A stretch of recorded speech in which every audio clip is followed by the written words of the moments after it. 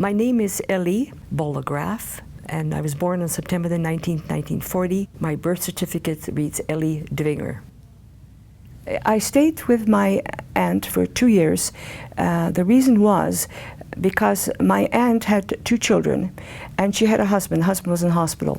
One day, my mother happened to be visiting my aunt, and me actually, so she was going up the stairs, and a man came out of the first floor apartment, and this man happened to be a clergyman, and he had come to see the lady on the first floor because her husband was ill.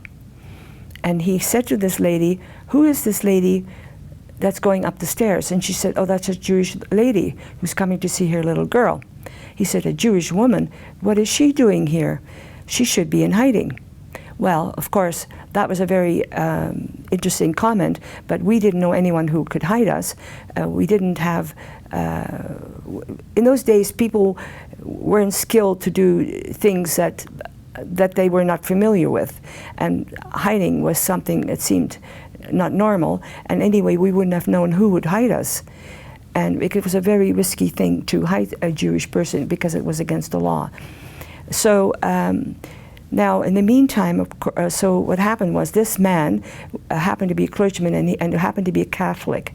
Now, there were also Protestants who did this. In this case, it was a Catholic priest, and he went to his church, and he knew a member in his congregation, Mr. Canis, who hid Jewish people.